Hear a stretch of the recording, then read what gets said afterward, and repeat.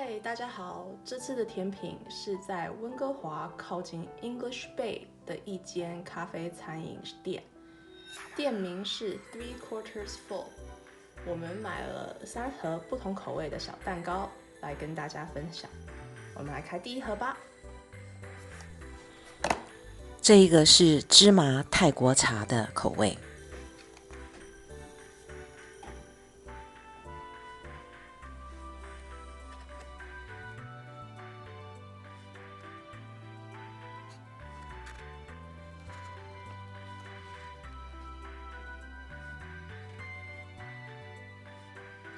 接下来这个蛋糕呢，我们也来开箱一下。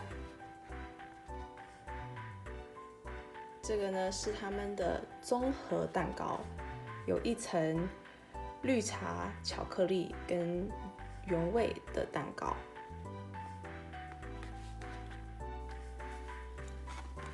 好，现在这一盒叫做仙草铁观音。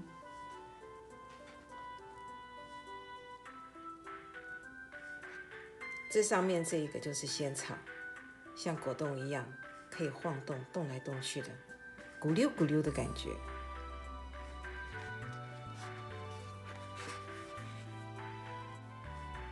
这就是我们今天买到的3块蛋糕。喜欢吃蛋糕的朋友，有兴趣可以去这家买几块来尝尝。我觉得这家的甜品还不错吃。除了甜品之外，他们还会卖一些台湾小吃，面包、麻糬、凤梨酥等等。那我们现在来尝一下这个蛋糕的口味了。这个是芝麻的，是不是？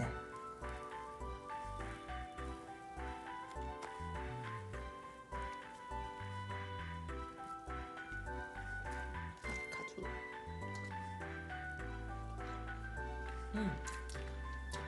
我喜欢，那芝麻香，蛮不错的。不甜哈。也不是很甜。好吃。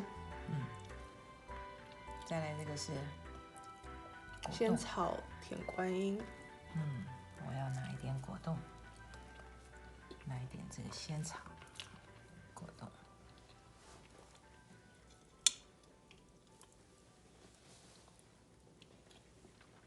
这个的吃不到什么仙草或铁观音的味道，可是它的 cream 很好吃，它的奶油涂的还不错。对，这个是综合的，颜色看起来很漂亮，上面是一层巧克力。对，我觉得这也会很好吃，尝一下。